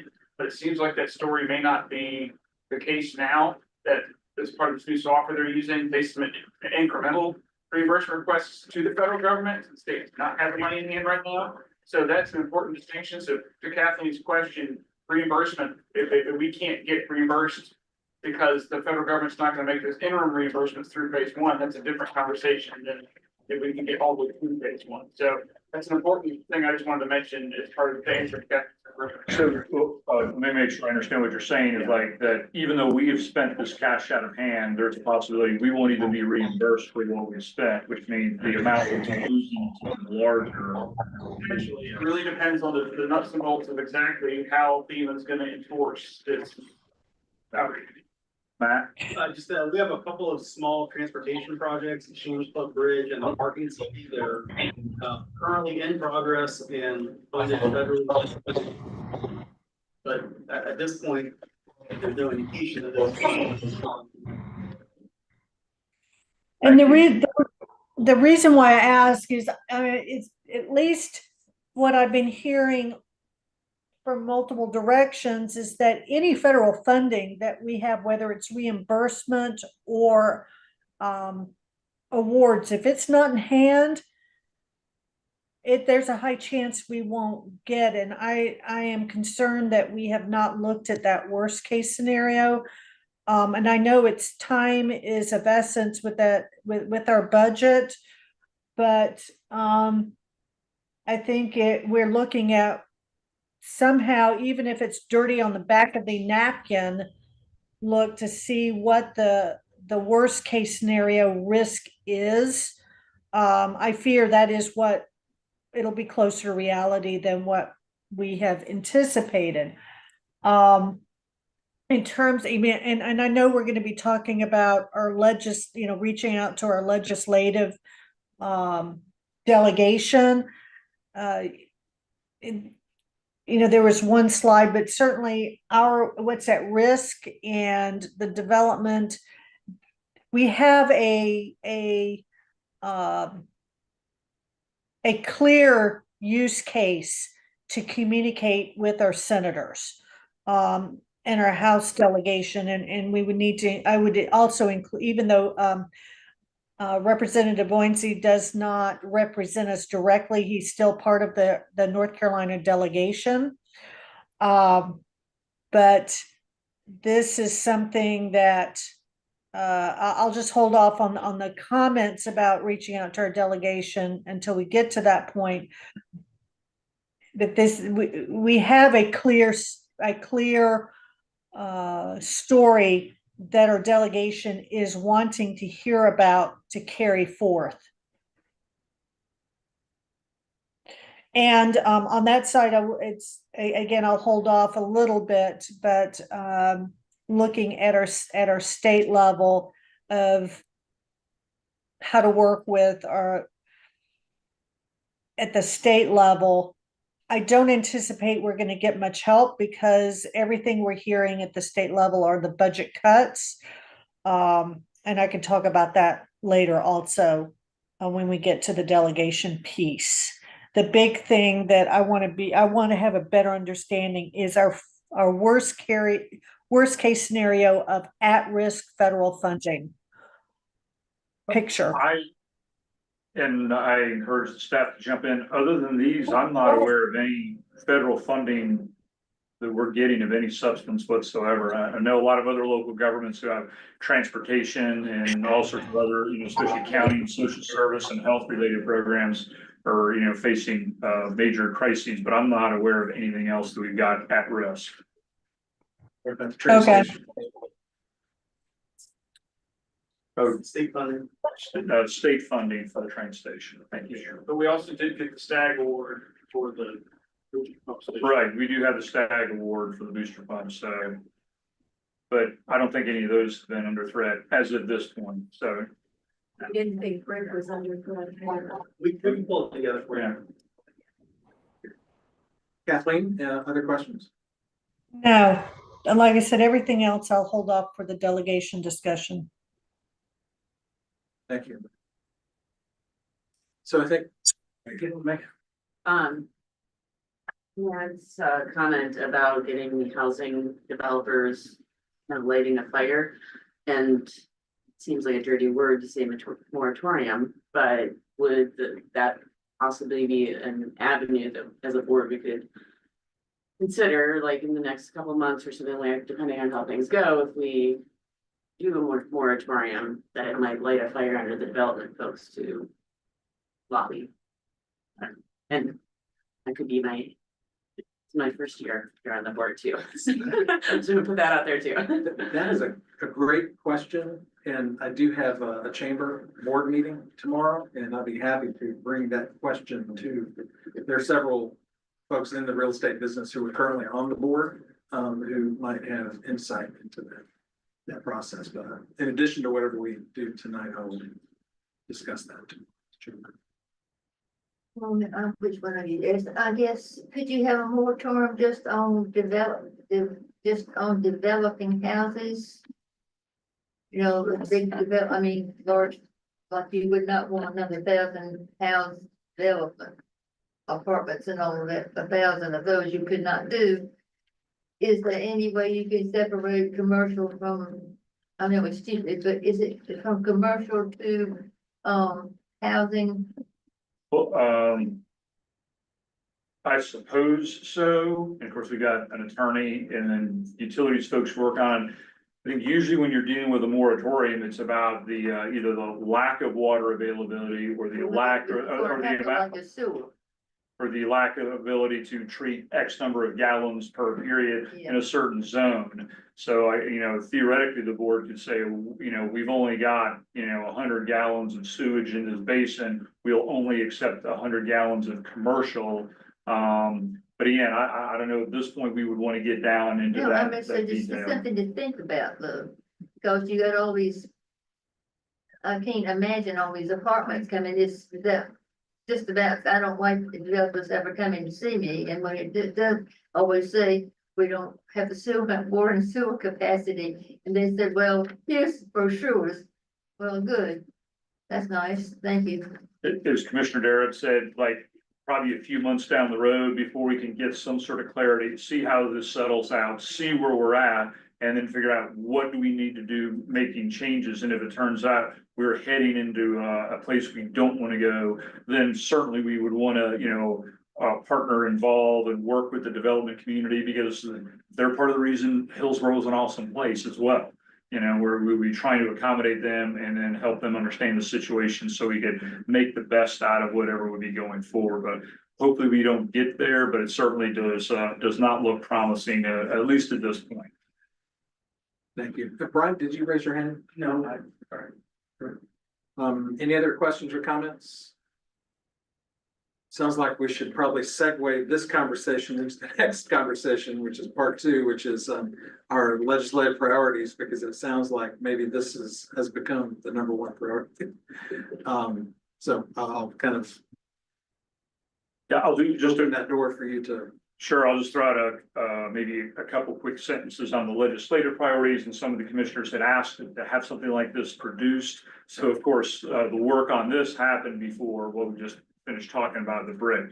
So I lied, it was more than 2 sentences. That wanted to come up with something that could be on one page. It was very simple. We have just a limited amount of projects that covered 2 key areas, which coincidentally is a lot of what the BRIC does. Checked off boxes for public safety, as well as economic development. So each one of these 4 projects has an impact in public safety and economic development. I think those are projects that are generally appealing and get support and from potential funding sources. That's why we landed on those 4.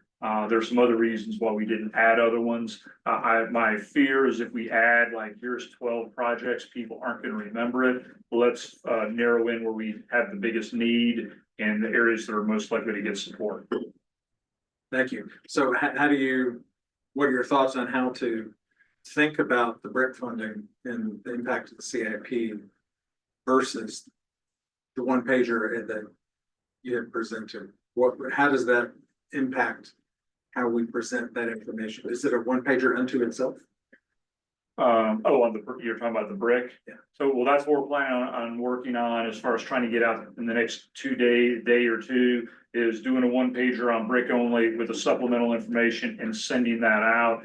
As my dad told me, you can only handle one crisis at a time, which may or may not be true, but in this case, I think that we don't want our message watered down. It's like we have whatever you want to call this, the BRIC situation is a major crisis. Let's focus on that first, get that behind us. And we would be grateful for our elected representatives in the federal and state houses to be able to support us in this. If we can get some stability, then I think the timing would be better to follow up with those other ones. We could just get lost in the chaos right now. Okay, so Eric, real quick. So typically when and I don't know if you've spoken with Lee or any of our lobbyists through the COG, but typically when we go to the COG, we don't do that much information. It's too much. And if you have, I'm wondering if you're about to take on more work than is necessary, because what we've been guided is that the information shared is very short. So the information that's in the agenda for the town board is one page. would you like me to shorten that up further? And because that's also what I'm looking at doing for the brick grant is keeping it to 1 page. Shorter. I'm thinking we may be able to do it shorter. I'm digesting, but I just wanted, you mentioned about the 1 page plus background. And definitely 1 page plus background is way too much. I'm still noodling over the 1 page itself.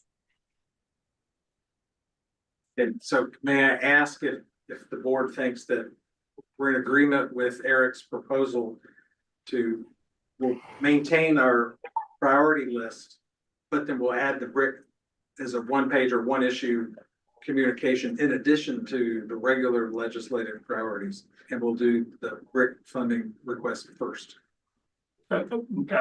My suggestion would be to hit the pause button on these 4 legislative priorities, because I think it's just gonna get lost and it'd be confusing, but this is the board's thing, so I would, whether it's a month or 3 months, I would wait on that. And then just let us get out the response to our representatives on the brick that we're gonna try to get out tomorrow or Wednesday. So I think crossover day was recently. Right, so Okay. there's a timeline on Okay. getting even, having Okay, I conversation. hear you. So we can't wait Okay, months because then the Right. session will be. over. gotcha. You got Easter, do they take a break at Easter, don't they? Easter's Well, there are deadlines to file bills, is, and so and then the session will be over usually July, sometimes longer. yeah, I know that, but I but- mean, due to the Easter holiday, you're gonna get them in before they leave. They're not going to, yeah, the way what they're handling the budget right now is pretty much the bills have stopped state level. It all gets negotiated behind the scenes and it's getting word to the majority party and it may show up in some different areas. But mainly with this, at least on the federal fund, is getting it to our federal delegation. And particularly the senators. So Eric, it sounds like we do need to be able to move forward to be able to communicate that in hopes that it gets finagled into a budget bill at the state level. But then the federal part, the brick would be federal, but we might also have some traction at the state level too, if the state wants to come up with 26. something to offset that loss. So- What about when's Bud up for real? Eric, go ahead. So, I'm just thinking out loud, what if the mayor, on behalf of the board, I was just finding out when these senators were up for re-election. okay, yeah, just, I'm sorry, but Okay. that's a good point, Tillis is at risk. So Oh. sorry. Eric, go ahead. yeah, let me, sorry, I don't do well with interruptions. As far as the 4 legislative priorities or wherever the board lands, you could add, take away, or however you want to do it. If, empower the board, have the board direct the mayor to reach out to wherever you want to send this. So that's appropriate in a normal legislative delegation, that's where we come out. The direction that I received last week from the league was that they were directing, the units that were negatively affected on the brick side, that their city, town managers, and my understanding is the county manager on the county side, to reach out to the general counsels or the staff on the brick issue. So that's my way of saying, I will go ahead, if it's okay with the board, and finish up the brick impact, get that out to the different agencies, and let the mayor do the legislative vote on whatever timing works. But again, I'm just thinking out loud, there may be a more coordinated way to do it. I worry if we send them together, something's gonna get lost. I would agree with that. And I think we probably it'd be nice to see the federal communication before we went out. Just so we're not surprised and Right. if asked, then we know what, it's gonna- Right, so when the goal is tomorrow to get something done, which will be a 1-pager. And then just a short email to the staff saying, here's the situation, they're all aware of it. Please see the 1-page summary I would attach the PowerPoint that you saw tonight, and then that's all we're planning on sending on brick.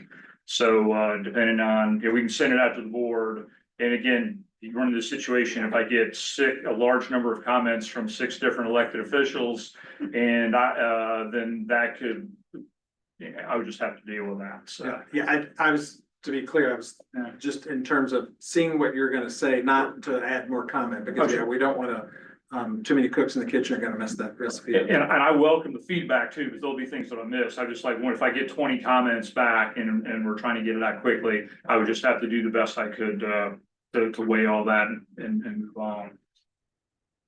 Okay, I want to clarify, when you thought I was interrupted, I just wanted to know when the 2 senators were up for reelection, because sometimes if they're up for reelection, they might help you out more. That was what my question was to them, to Matt. Thank you.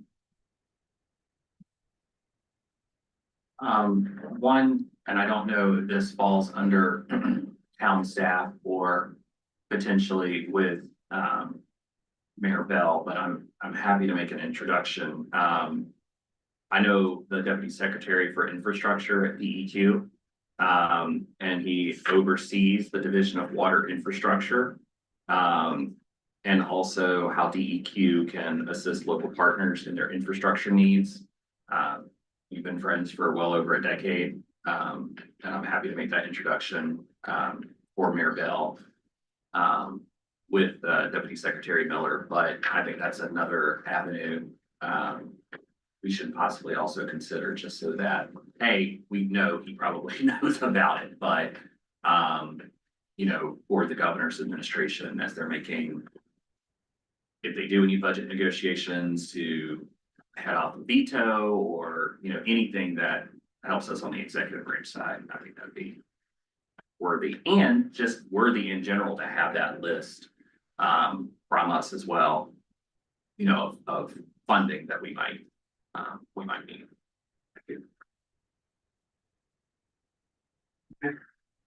Rob, any comments? Just real quick about this priority rankings, because you have like 1 and 2 number 2s and then a 4.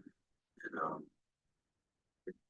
I didn't know if there was, which was actually 2 and which was 3. Let me go to my computer and look, because that's, I don't remember ranking them, so let me look at it. It's just, and it may be irrelevant. I think we asked this before and it was, Just the there's not attachment. really Yeah. there's It's not. just the order of the attachment. Are you looking? Oh, is that what that at is? the CIP ranking sheets as Yes. so if it's, so the way we ranked the CIPs for the utilities department is by division. So each division had a 1, 2, 3 ranking, so if it was a difference between 8140 water and 8200 sewer, they're gonna each be ranked I on their gotcha. own. Okay. Yeah, I'm sorry for. Yeah, that's what, yeah.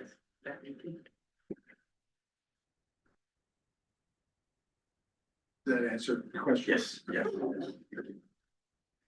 Matt, do you have any other questions? No, just, I think this kind of reiterates the possible need for us long-term to secure our own lobbying capacity beyond the COG and the league, especially potentially as it relates to federal, but, that's just observation. Thank you. Thank you. I don't have any further comments. Evelyn, do you have any final questions, comments? No, I think I've said enough. Kathleen? Well, I know that, I certainly support, mayor and manager reaching out. I didn't know, with Matt and I having, relationships with, our delegation and our staff, do you want us to also reach out using our relationships or step back? Good question. I think what I would like to do is to kind of come up with my own communication plan, because there are a lot of moving parts, and communicate that plan with you, Kathleen, and Matt, and Rob as the Mayor Pro Tem, just to make sure that we're all rowing in the same direction and not crisscrossing each other in our communications.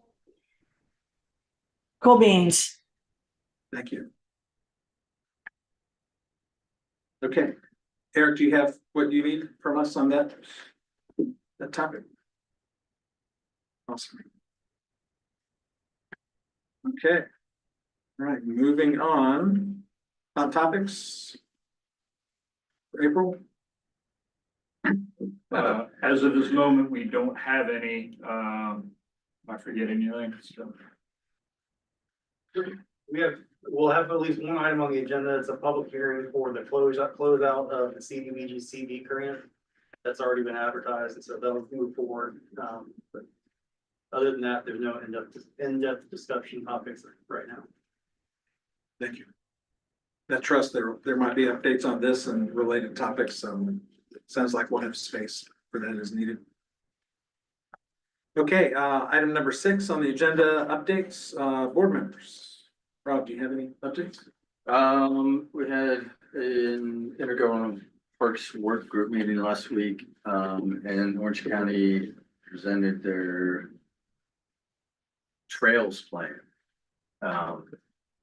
Which was the very beginning sort of stages of what they envision, because they don't really have a whole lot of trails. The trails that they have built kind of into their system are all within their parks now, but now they're kind of looking at something that is more than just a trail. And so they're just in the very beginning stages of it, but they're excited about it. And then we also talked about all the other municipalities and the trail work that they're doing. So Chapel Hill is working on extending Morgan Creek Trail towards Carborough. Carborough's doing the same thing towards Chapel Hill. Carborough's looking at Bowling Creek. Obviously us with Riverwalk. It was a really kind of a sharing session around what the county plans to do, what municipalities are currently kind of doing with their trails and greenways. One thing that I and Stephanie kind of emphasize is really there's a difference between a trail and a greenway, and that greenways are very important for transportational purposes, on top of all the recreational benefits that they bring also. And we'll have a park recreation board meeting tomorrow night, so I'm not going to update you that right now, but they are working on Riverwalk master plan. Good, thank you. I had Triangle West TPO on the 25th. It was a fairly short meeting. We had multiple public comments regarding amendments and draft methodologies, and then votes to release those for public comment. Had quite a few requests for letters of support from various organizations, including Porch Chapel Hill. For those of you who remember the Small Town USA project that Duke has been doing for like 14 or 17 years, several of us have participated in that. I wrote a letter of a recommendation for faculty for an award, and that faculty member won the award. So I'm glad to see that Small Town USA and Hillsborough Focus being celebrated at the university. And a letter of support for Fairview and SNAP funding education. And of course, the brick issues have taken up. That's it.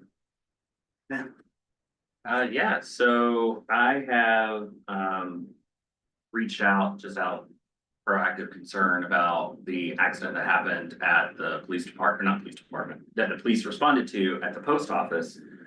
Because they've had some fairly minor repairs over the years. That's taken a while. So I reached out to Congresswoman Fushi's office just to see, if they can get an answer from the post office as to when those repairs, because it does impact ADA accessibility, will be done. So that's something they're looking into. Yesterday, I attended a Habitat fundraiser, very grassrootsy fundraiser, for Almond Village. I've heard, at least on their red beans and rice sale, that they got close to $1,000. It's a lot of red beans and rice. And I think they raised additional funds. I'm forgetting Richard Greenway's church that he was formerly pastor of, maybe it's Orange Grove United Methodist, but they do beers and hymns at Nash Street. And so my understanding is the tips that they collect from that, goes to whatever charity that they're, raising funds for. So I think that's additional, kitty on top of that. Attended the Visit NC 365 conference. That was really good. I think there's some impacts on, we got a legislative update, and I think there's some big impacts that could potentially impact Hillsborough, on just the fact that, we're looking at a possible recession, people are cutting back, governments are cutting back. That's a big, ironically enough, a big, spend for tourism with conferences and whatnot. But statewide, they're looking at 9% decrease, if I remember the number correctly, just for international tourism coming to North Carolina. So I think with the uncertainty about tariffs and other things, I think people are gonna be naturally cutting back on what they spend, if it's not that stuff, on their 401k. So, to be determined, how that impacts us in terms of occupancy rate. Ironically enough, I feel like with sales tax, when that goes up, when prices of things go up, then we get more sales tax. But that food and beverage tax is normally paid, or a lot of it's paid for, by local residents, so that's something to look out for. We have Visitors Bureau meeting, this week. I'll provide an update at our next meeting. Family Success Alliance, now the Orange Care Coalition. So I have gotten back onto their email list, not sure how I fell off. And those are the first Thursdays of the month in the morning. So I'll be attending those after a hiatus of not knowing that when they're meeting, or if they're still meeting. Of course, we have City Vision coming up at the end of the month, or towards the end of the month. I am attending an event through the NC Black Alliance, which I'm a member of, thanks to the town for the Black elected municipal officials. So I'm sure there'll be a lot of updates and information sharing around policy. And since you mentioned it, Commissioner Ferguson, just wanted to know that I'm thinking of you. I'm sure all of our colleagues are as well. And I know how much you care about your dad, so I know this is time well spent away from us. So that's it. Thank you. Megan. Since our last board meeting, we've only had one committee meeting, and that was just right before this one, and it was the tourism board. We're going through a budgeting cycle now where all of our contract partners presented their requests to the board to build our budget. So we'll be doing that over the next few months. And then also, Sarah had sent out to the board the Community Home Trust third quarter report. And there's also a white paper attached to that. So to know more about community land trust, there's some interesting information there. All I've got. Thank you. Evelyn. Yes, fire department meeting that was in March, that was on March 25th, but I have another one this Thursday. They're sending different firefighters, they deployed the last 4 to, Mill Spring, North Carolina, to assist with structure protection related to wildfires. They should be going up to a week. And they're dividing the firefighters into 3 levels. One driver level, and one are working on the captain lieutenant job descriptions, and one will be a battalion chief, and that's a good way of getting more money for each person. Okay, and that's maybe why the salaries were more. I'm telling the manager, I know that he needs the word at that. I'll tell the assistant manager. And they're asking for 1 cent that will be put towards debt service and allow for more station improvements. They're not happy because they're not getting a new station down here. But they should be impressed with the one that they have out near UNC Hospital, because that is pristine. And they will not get that here. And I can go on what they say, but it'll just make me, I'm very unhappy. Station one needs to be replaced, and that's at Phelps, on Phelps Road. The land belongs to them, but I think the emergency people are moving out.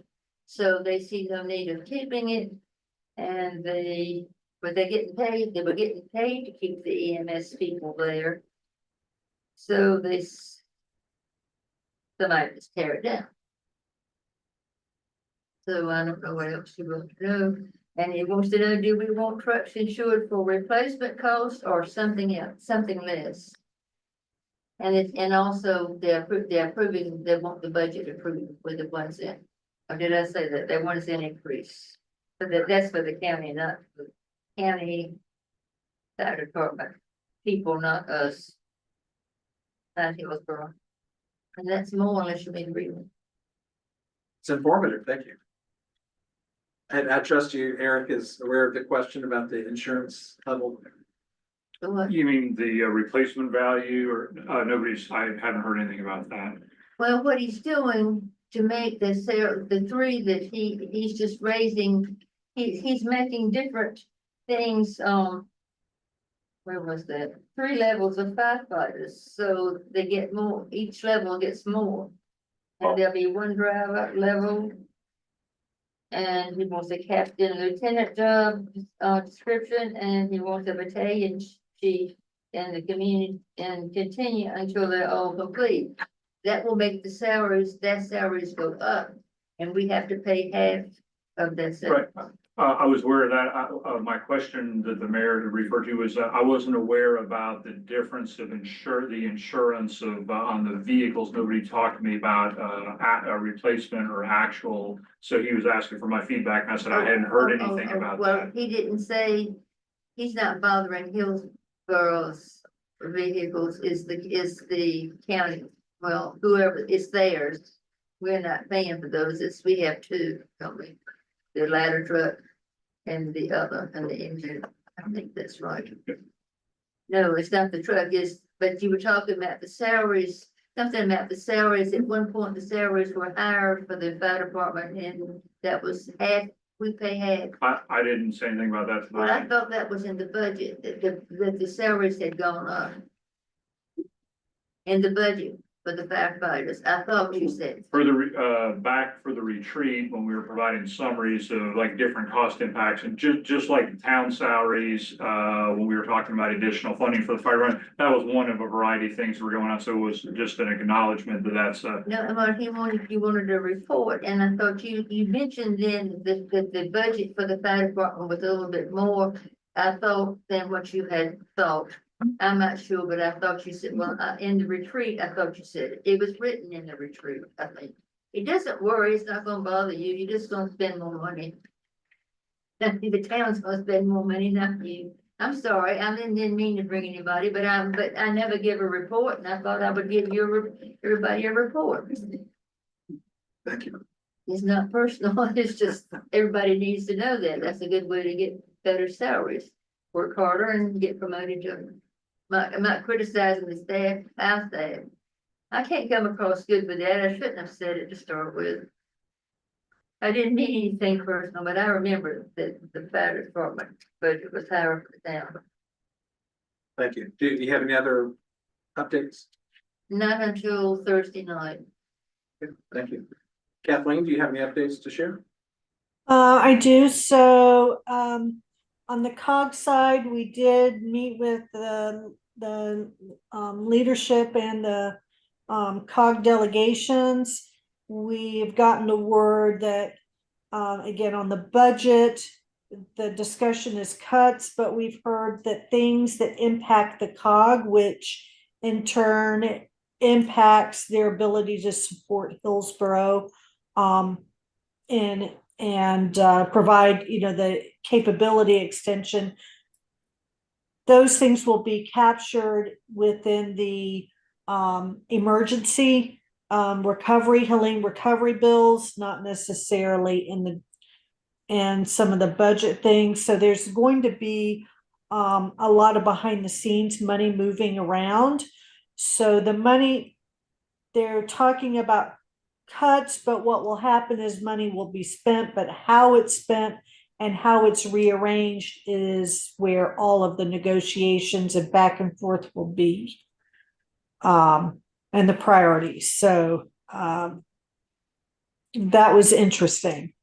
We had regional day, unfortunately, because, it was the night before when Dad fell and had altered mental status and when I had to leave, so I was not able to do regional day. The feedback was that those that attended did receive good benefit. The panel discussion, which included Rebecca Salmon from Sanford, Butch Lauder, Johnson County, and I don't remember the third person, but it was a very engaging panel, and it was focused on issues again across the region. Water sewer is very near and dear, and did speak with a couple folks from DEQ at the reception of our legislative day, and the regionalization of the water systems definitely are moving ahead. Primarily looking at the smaller systems, but the momentum which we've talked about over the years, it is absolutely happening. On the, I'm trying to remember, we also have a COG meeting upcoming. As Matt noted, City Vision is coming. The WIMAGE conference is earlier this year. I am not attending. It's just with Dad being hospice. I'm other than a couple of those conferences. I am here to take care of him, and I appreciate the support of the board as I go back and forth, and I will be here for our next meeting, barring anything with Dad. I can't recall anything else off the top of the head, other than the voting for the league I did do today. Thank you. And you are indeed on our minds. So let us know if there's anything we can do for you while you're out of town. Thank you. I will, and thank you for sending me those names. You're welcome. Town manager.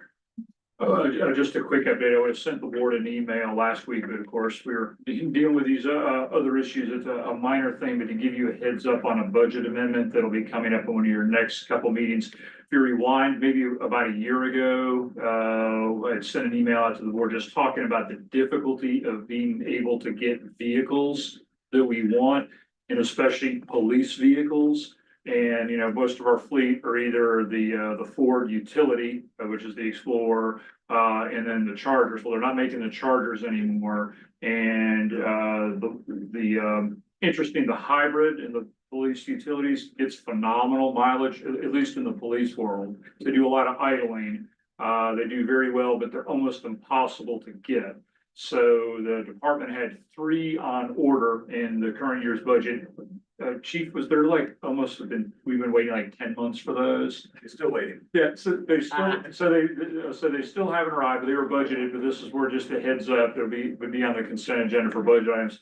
So, interim chief went and contacted me, and Lieutenant Chalenza, I believe, tracked down 2 hybrids that were in Clinton, and they were on a lot, they were unaccounted for. And one of the things in the correspondence we said to the board was like, if we have the opportunity to get vehicles because they're just hard to get anyway, we will seize that opportunity. So we gave them the green light. They got a purchase order, and I think they're actually like on site. And the ones we've been waiting 10 months for have not been delivered yet. And so we'll figure out, it may mean in the budget that we may slide the vehicles that are budgeted in year 1 out to balance everything out.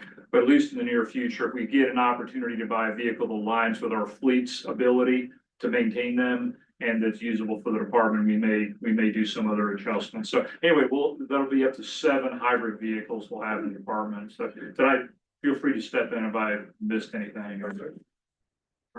Did you ask the dealer if they were unaccounted for that the title's clean? This is a state contract dealer, so. we're pretty Just wanna make sure, just wanna make sure. The bins have been filed off, but we didn't want to ask any questions. So. All right, thank you. Staff reports in the packet. Anything else for the good of the board? We have a motion to adjourn. Thank you. Thank you, Matt. Thank you, Ellen. All in favor? Hi. Any opposed? Thank you. Have a good night.